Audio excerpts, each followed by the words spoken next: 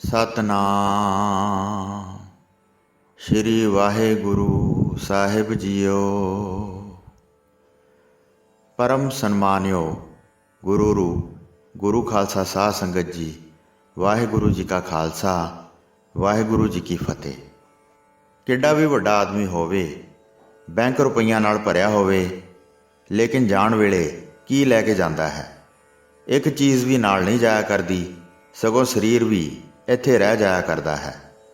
ਸੋ ਇਸ ਤਰ੍ਹਾਂ ਹੈ ਸਾਧ ਸੰਗਤ ਜੀ, ਇਹ ਨਹੀਂ ਹੈ ਕਿ ਨਾਲ ਕੁਝ ਜਾਂਦਾ ਨਹੀਂ ਹੈ, ਨਾਲ ਵੀ ਜਾਂਦਾ ਹੈ। ਬੁਰੇ ਕੰਮ ਨਾਲ ਜਾਂਦੇ ਹਨ, ਚੰਗੇ ਕੰਮ ਵੀ ਨਾਲ ਜਾਂਦੇ ਹਨ। ਫਰੀਦਾ ਮੌਤੇ ਦਾ ਬੰਨਾ ਇਹ ਵੈ ਦਿਸੈ, ਜਿਉਂ ਦਰਿਆ ਵੈ ਢਾਹਾ, ਅੱਗੇ ਦੋਜਕ ਤਪਿਆ ਸੁਣੀਐ, ਹੂਲ ਪਵੈ ਕਹਾਹਾ। ਜੇ ਮਾੜੇ ਕੰਮ ਕੀਤੇ ਹੋਏ ਹਨ ਤਾਂ ਸਜ਼ਾ ਮਿਲਿਆ ਕਰਦੀ ਹੈ, ਜਿਹੜੇ ਉੱਥੇ ਪਾਪ ਬੰਨ੍ਹ ਕੇ ਲੈ ਕੇ ਜਾਂਦਾ ਹੈ। ਕਬੀਰ ਬੇੜਾ ਜਰਜਰਾ, ਫੂਟੇ 6,000, ਹਰੂਏ ਹਰੂਏ ਤਿਰ ਗਏ, ਡੂਬੇ ਜਿਨ ਸਿਰ ਭਾਰ। ਜਿਸ ਬੇੜੇ ਵਿੱਚ ਹਜ਼ਾਰਾਂ ਛੇਕ ਹੋਏ ਹਨ ਤੇ ਜਰਜਰਾ ਹੋਇਆ ਹੈ, ਤੇ ਜਿਹੜੇ ਹੌਲੇ ਸਨ ਉਹ ਤਾਂ ਤਰ ਗਏ, ਤੇ ਜਿਨ੍ਹਾਂ ਨੇ ਪਾਪਾਂ ਦੇ ਭਾਰ ਬੰਨੇ ਹੋਏ ਸਨ ਉਹ ਭਵਜਲ ਸਾਗਰ ਦੇ ਅੰਦਰ ਡੁੱਬ ਜਾਇਆ ਕਰਦੇ ਹਨ।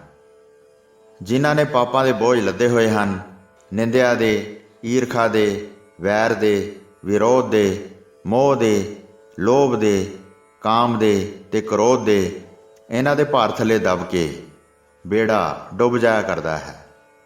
ਮਹਾਤਮਾ ਕਹਿਣ ਲੱਗੇ, ਅਜਾਮਲ, ਤੈਨੂੰ ਨਹੀਂ ਪਤਾ ਦਰਗਾਹ ਦੇ ਵਿੱਚ ਜਾ ਕੇ ਕੀ ਹਾਲ ਹੋਇਆ ਕਰਦਾ ਹੈ। ਕਹਿਣ ਲੱਗਿਆ, ਮਹਾਰਾਜ ਜੀ, ਮੈਨੂੰ ਸਭ ਪਤਾ ਹੈ, ਪਰ ਮੇਰੀ ਮੱਤ ਐਸੀ ਪੁੱਠੀ ਹੋ ਗਈ ਤੇ ਮੈਨੂੰ ਇੰਨੀਆਂ ਭੈੜੀਆਂ ਆਦਤਾਂ ਪੈ ਗਈਆਂ, ਮੈਂ ਇਹਨਾਂ ਦੀ ਦਲਦਲ ਵਿੱਚ ਇੰਨਾ ਖੁੱਭ ਗਿਆ ਕਿ ਮੈਂ ਆਪਣੇ ਆਪ ਨਿਕਲ ਨਹੀਂ ਸਕਦਾ। ਆਪ ਕੋਈ ਐਸੀ ਕਿਰਪਾ ਕਰੋ ਜਿਸ ਨਾਲ ਮੇਰਾ ਵੀ ਪਾਪੀ ਦਾ ਉਧਾਰ ਹੋ ਜਾਵੇ।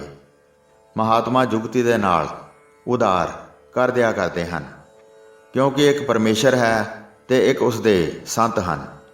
ਕਬੀਰ ਸੇਵਾ ਕੋ ਦੋਏ ਭਲੇ, ਏਕ ਸੰਤ ਇੱਕ ਰਾਮ, ਰਾਮ ਜੋ ਦਾਤਾ ਮੁਕਤ ਕੋ, ਸੰਤ ਜਪਾਵੈ ਨਾਮ।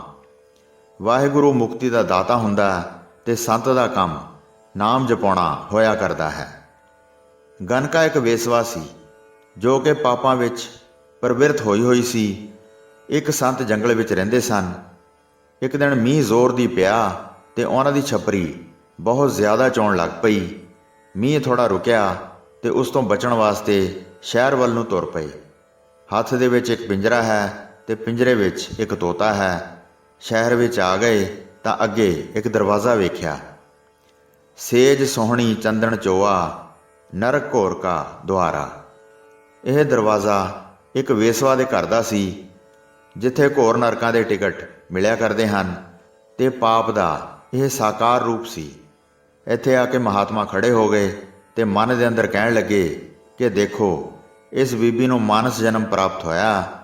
ਦੇਖੋ ਕਿ ਇਸ ਦੀ ਮੱਤ ਪੁੱਠੀ ਹੋਈ ਹੈ ਕਿ 4 ਦਮੜਿਆਂ ਪਿੱਛੇ ਇਸਨੇ ਆਪਣਾ ਮਾਨਸ ਜਨਮ ਬਰਬਾਦ ਕੀਤਾ ਹੋਇਆ ਹੈ। ਮਨੁੱਖ ਕਿਰਮ ਬਣਨ ਵਾਸਤੇ ਨਹੀਂ ਸੀ ਆਇਆ, ਸਗੋਂ ਪਰਮੇਸ਼ਰ ਬਣਨ ਵਾਸਤੇ ਆਇਆ ਸੀ। ਦ੍ਰਿਸ਼ਟੀ ਕੀਤੀ ਤੇ ਉੱਤੋਂ ਬੀਬੀ ਨੇ ਦੇਖ ਲਿਆ ਕਿ ਕੋਈ ਮਹਾਤਮਾ ਖੜੇ ਹਨ। ਉਸਨੇ ਦਰਵਾਜ਼ਾ ਖੋਲ੍ਹ ਕੇ ਬੁਲਾ ਲਿਆ। ਮਹਾਤਮਾ ਦੀ ਦ੍ਰਿਸ਼ਟੀ ਪਈ ਤਾਂ ਉਸਦਾ ਮਨ ਨਿਰਮਲ ਹੋ ਗਿਆ। ਵੇਸਵਾ ਦੇ ਮਨ ਵਿੱਚ ਖਿਆਲ ਆਇਆ ਕਿ ਕੁਦਰਤੀ ਸਾਧੂ ਮਹਾਤਮਾ ਮੇਰੇ ਘਰ ਆ ਗਏ ਹਨ, ਕਿਉਂਕਿ ਅੱਜ ਤੱਕ ਤਾਂ ਇੱਥੇ ਕੋਈ ਅਜਿਹਾ ਸਾਧੂ ਆਇਆ ਹੀ ਨਹੀਂ, ਤੇ ਇਹ ਤਾਂ ਪਾਪ ਦਾ ਘਰ ਹੈ। ਮੇਰੇ ਚੰਗੇ ਭਾਗ ਬਣੇ ਹਨ। ਸੇਵਾ ਕਰਨ ਲਈ ਮਹਾਤਮਾ ਦੇ ਅੱਗੇ ਅੰਗੀਠੀ ਲਾ ਕੇ ਕੱਪੜੇ ਸੁਕਾਏ ਤੇ ਮਹਾਂਪੁਰਸ਼ 5-7 ਘੰਟੇ ਉੱਥੇ ਰਹੇ, ਤੇ ਬੀਬੀ ਨੇ ਬੜੀ ਸ਼ਰਧਾ ਤੇ ਪਿਆਰ ਨਾਲ ਸੰਤਾਂ ਨੂੰ ਪ੍ਰਸ਼ਾਦ ਪਾਣੀ ਛਕਾਇਆ। ਜਿਸ ਵਕਤ ਤੁਰਨ ਲੱਗੇ ਕਹਿਣ ਲੱਗੀ, ਮਹਾਰਾਜ ਜੀ, ਮੇਰਾ ਵੀ ਤਾਂ ਕੋਈ ਹੀਲਾ ਉਪਾਅ ਦੱਸੋ ਕਿ ਮੈਂ ਵੀ ਤਰ ਸਕਦੀ ਹਾਂ, ਕਿਉਂਕਿ ਮੈਂ ਤਾਂ ਪਾਪਾਂ ਦਾ ਕੀੜਾ ਬਣੀ ਹੋਈ ਹਾਂ। ਮੇਰੇ ਵਿੱਚ ਤਾਂ ਸਭ ਪਾਪ ਹੀ ਪਾਪ ਹਨ।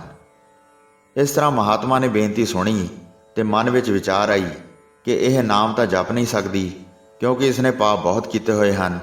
ਇਸ ਵਾਸਤੇ ਕੋਈ ਜੁਗਤ ਨਾਲ ਹੀ ਇਹ ਇਸ ਪਾਸੇ ਵੱਲ ਤੁਰ ਸਕਦੀ ਹੈ। ਕਹਿਣ ਲੱਗੇ, ਬੀਬੀ, ਆਹ ਤੋਤਾ ਅਸੀਂ ਤੈਨੂੰ ਦਿੰਦੇ ਹਾਂ, ਇਸ ਦੇ ਨਾਲ ਅੰਮ੍ਰਿਤ ਵੇਲੇ ਉੱਠਿਆ ਕਰ ਤੇ ਉੱਠ ਕੇ ਇਸ ਨੂੰ ਮੁਹਾਰਨੀ ਕਹਾਇਆ ਕਰ। ਇੱਕ ਵਾਰੀ ਤੂੰ ਰਾਮ ਰਾਮ ਕਹੀਂ ਤੇ ਫਿਰ ਇਹ ਕਹੇਗਾ, ਇਸੇ ਤਰ੍ਹਾਂ ਕਰਦੀ ਰਿਹਾ ਕਰੀ। ਕਹਿਣ ਲੱਗੀ, ਸਤ ਬਚਨ ਮਹਾਰਾਜ ਜੀ। ਇਸ ਤਰ੍ਹਾਂ ਕਰਦੇ ਕਰਦੇ ਉਸ ਦੀ ਲਿਵ ਲੱਗ ਗਈ ਤੇ ਨਾਮ ਦੇ ਨਾਲ ਪ੍ਰੀਤ ਲੱਗ ਗਈ। ਅਖੀਰ ਇਸ ਦਾ ਨਤੀਜਾ ਇਹ ਹੋਇਆ, ਪਤਿਤ ਉਦਾਹਰਨ ਰਾਮ ਨਾਮ, ਦੁਰਮਤ ਪਾਪ ਕਲੇਵਰ ਧੋਤਾ। ਬੁਰੀ ਮੱਤ ਤੇ ਪਾਪਾਂ ਨਾਲ ਭਰਿਆ ਹੋਇਆ ਜੋ ਹਿਰਦਾ ਸੀ, ਉਹ ਸਾਰਾ ਪਰਮੇਸ਼ਰ ਦੇ ਨਾਮ ਨੇ ਧੋ ਦਿੱਤਾ।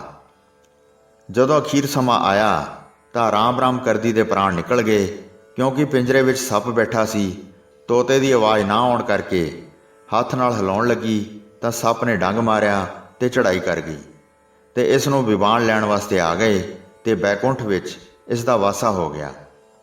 ਮਹਾਰਾਜ ਜੀ ਫਰਮਾਨ ਕਰਦੇ ਹਨ ਕਿ ਪ੍ਰਭੂ ਦਾ ਸਿਮਰਨ ਕਰੋ ਤੇ ਉਸ ਦੀ ਸ਼ਰਨ ਵਿੱਚ ਜਾਓ। ਮਨ ਰੇ ਪ੍ਰਭ ਕੀ ਸਰਨ ਵਿਚਾਰੋ, ਜਹ ਸਿਮਰਤ ਗਣ ਕਾ ਸੀ ਉਦਰੀ, ਤਾਂ ਕੋ ਜਸ ਉਰ ਧਾਰੋ। ਐਸਾ ਪਰਮੇਸ਼ਰ ਜਿਸ ਨੂੰ ਸਿਮਰ ਕੇ ਮਹਾਪਾਪਣ ਗਣਕਾਂ ਦਾ ਉਧਾਰ ਹੋ ਗਿਆ, ਉਸ ਦਾ ਜਸ ਤੁਸੀਂ ਹਿਰਦੇ ਵਿੱਚ ਧਾਰਨ ਕਰੋ। ਜੁਗਤੀ ਦੇ ਨਾਲ ਆਦਮੀ ਤਰ ਜਾਇਆ ਕਰਦਾ ਹੈ। ਮਹਾਤਮਾ ਅਜਾਮਲ ਨੂੰ ਕਹਿਣ ਲੱਗੇ ਕਿ ਤੇਰੇ ਇੱਕ ਸਤਵਾਂ ਪੁੱਤਰ ਹੋਵੇਗਾ, ਤੂੰ ਉਸ ਦਾ ਨਾਮ ਨਾਰਾਇਣ ਰੱਖ ਲਵੀਂ ਤੇ ਉਸ ਨੂੰ ਹੀ ਹਾਕਾ ਮਾਰੀ ਜਾਇਆ ਕਰੀਂ ਤੇ ਉਸ ਨੂੰ ਉਸ ਦਾ ਨਾਮ ਲੈ ਕੇ ਬੁਲਾਉਂਦਾ ਰਿਹਾ ਕਰੀਂ ਤੇ ਕਦੇ ਤਾਂ ਤੈਨੂੰ ਅਸਲੀ ਨਾਰਾਇਣ ਦਾ ਧਿਆਨ ਆ ਹੀ ਜਾਏਗਾ। ਅਖੀਰ ਹੋਇਆ ਵੀ ਇਸੇ ਤਰ੍ਹਾਂ।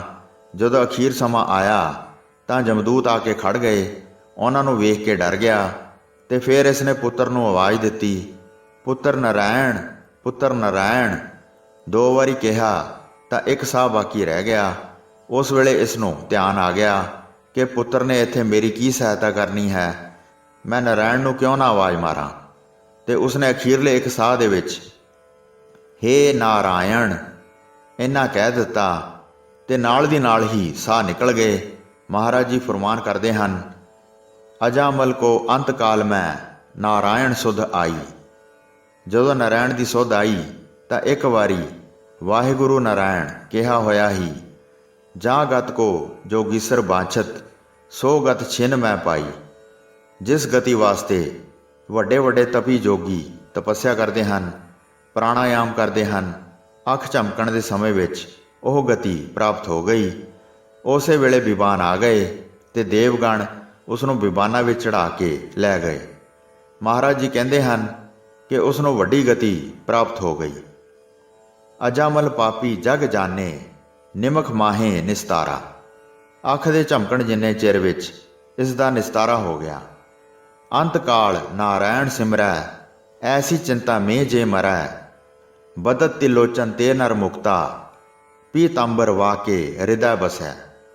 ਜਿਸ ਪ੍ਰਾਣੀ ਦੇ ਅੰਤ ਸਮੇਂ ਵਾਹਿਗੁਰੂ, ਰਾਮ, ਅੱਲਾ, ਨਾਰਾਇਣ, ਗੋਬਿੰਦ ਕੋਈ ਵੀ ਨਾਮ ਚਿੱਤ ਵਿੱਚ ਆ ਜਾਵੇ ਤੇ ਪਰਮੇਸ਼ਰ ਵੱਲ ਉਸ ਦਾ ਧਿਆਨ ਚਲਿਆ ਜਾਵੇ, ਸਾਧ ਸੰਗਤ ਜੀ ਇੱਕਦਮ ਉਸ ਦੇ ਸਾਰੇ ਪਾਪਾਂ ਦਾ ਨਾਸ਼ ਹੋ ਕੇ ਬੜੀ ਉੱਤਮ ਗਤੀ ਨੂੰ ਪ੍ਰਾਪਤ ਹੋ ਜਾਇਆ ਕਰਦਾ ਹੈ।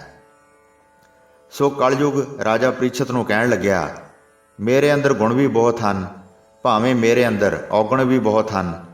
ਤੇਰੀ ਮਰਜ਼ੀ ਹੈ, ਭਾਵੇਂ ਮੈਨੂੰ ਮਾਰ ਦਿਓ ਤੇ ਭਾਵੇਂ ਛੱਡ ਦਿਓ।